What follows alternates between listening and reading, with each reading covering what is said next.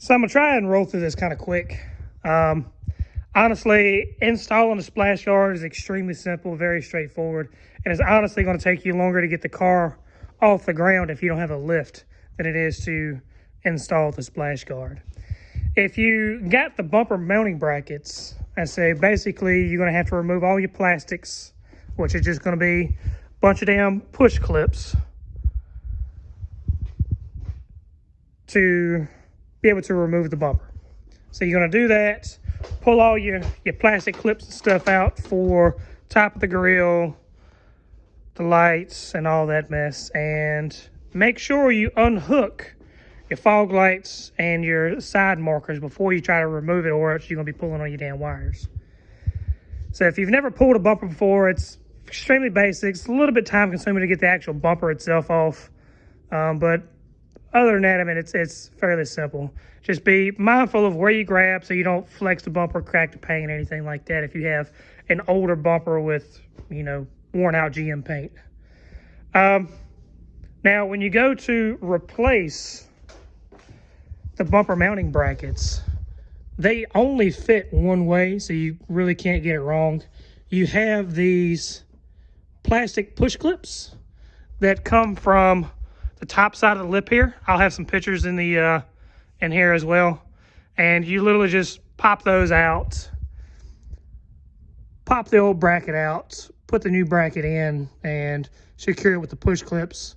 And when you go to reinstall your bumper, make sure you have all your bolts installed and not tightened, so you actually have some movement in your bumper so you can actually position it properly when you go to install the splash guard. I say, me personally, I installed riv nuts up top as well for all the metal locations. I did not do it for the headlight, being that's plastic, and these riv nuts, they expand. I didn't want to break the plastic, so I'm still using push clips just for the headlights.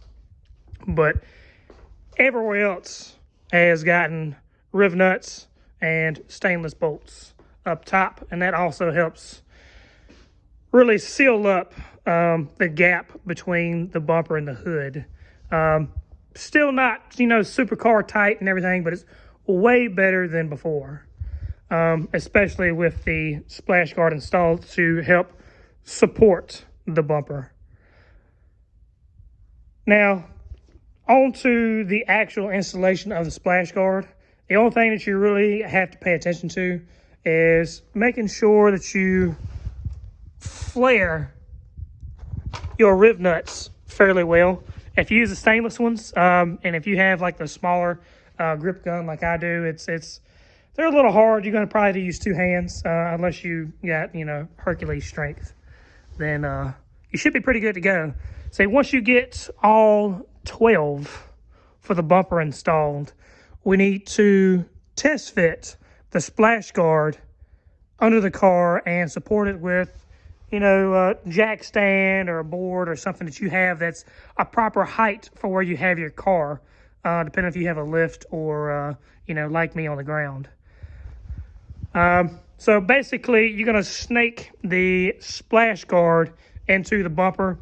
The way I do it, being that it's fairly wide, is I'll take and put one corner up inside the bumper some, and then kind of like position it and push the other side in, and then you can actually position the lip of this inside the lip of the bumper to its proper position. And then from there, you will be paying attention to basically these flat portions here on the frame. You have two pinch welds on this that the splash guard has slots cut out for. And when you're measuring to figure out exactly where your hole needs to be, I've marked some of y'all's, depending on how old your splash guards are, I've marked my holes onto the splash guard for reference. I say the thing that you have to pay attention to, mine were not symmetrical from one side to the other side, which is one of the reasons why I don't already provide mounting holes to the cradle. I say these cradles are welded together, obviously, but the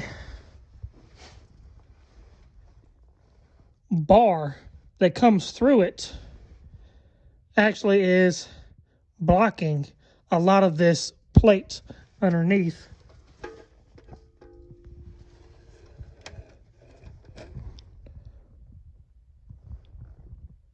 So when you're measuring for your holes, the key thing is to try and put it in the middle of the pinch welds as well as the bar where it goes through behind here. So these have to expand, and it has to be a 11 millimeter hole for this to be a very tight fit when you secure it. Now mine are stainless rib nuts, and they've been installed for, it's been a while. It's been like 4 years, 4.5 years, something like that. It's been a while. Might be longer than that. And mine have not come loose yet. I say, as thick as these parts are, you might be able to thread it. I mean, well, no, that piece is kind of thin. I think the portion in the back is a little bit thicker, but personally, I'm fairly happy with my American stainless rib nuts. You have to spend a few extra dollars for them, but well worthwhile. So when you're installing the splash guard, after you've got your measurements for this front middle section here, I always take and secure the bumper to the splash guard and then try to position the splash guard between the pinch welds about halfway. Really, you have to kind of play with it and see where your bumper is. Some bumpers are a little more warped than others. So, I mean, you can probably slot the splash guard if you want to give yourself a little bit more adjustment. I would personally not do that, but if you do that, just make sure you get like some large fender washers to get a better grip on it. I mean, because it is aluminum. It's fairly thick. It's about 1/8 of an inch thick, so it shouldn't go anywhere, but I mean, it is aluminum. It can rip if you hit any hard bumps or, you know, potholes if you're up north or anything like that.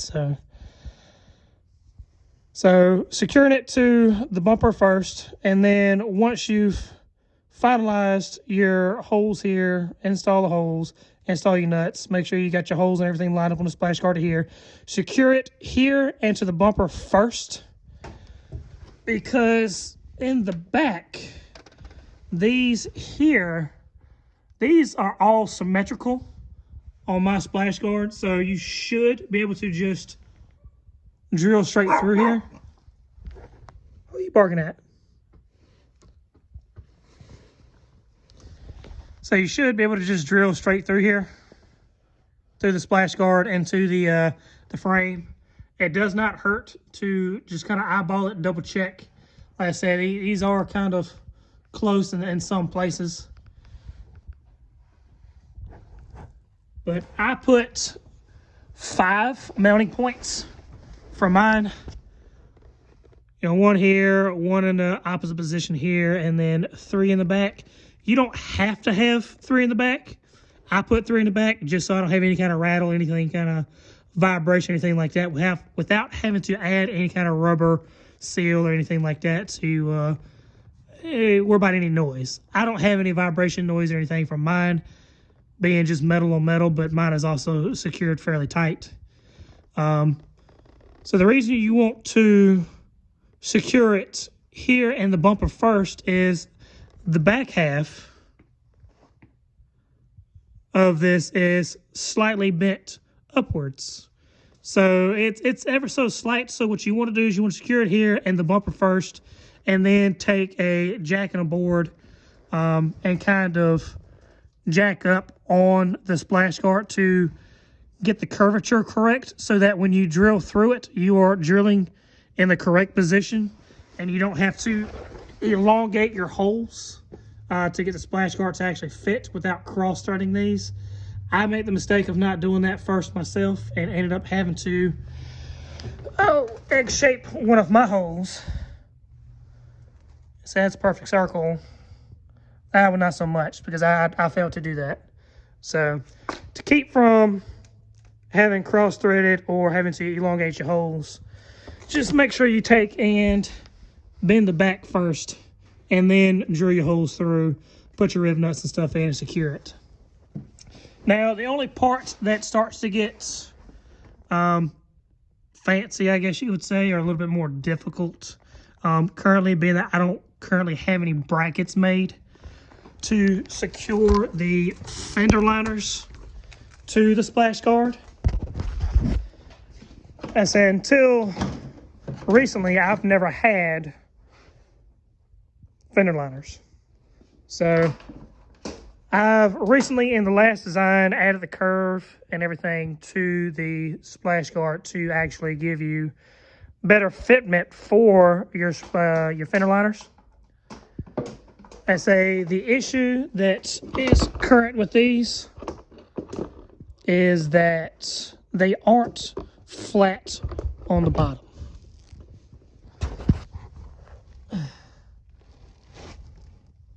So I'm going to design some brackets for mine specifically, and if anybody else wants some, I'll make a post about it, and we can kind of figure out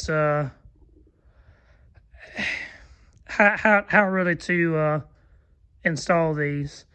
I personally plan to lock mine pretty much completely off here at the bottom, and basically have a curved L bracket so I can actually secure the bracket to the splash guard and be able to bolt and unbolt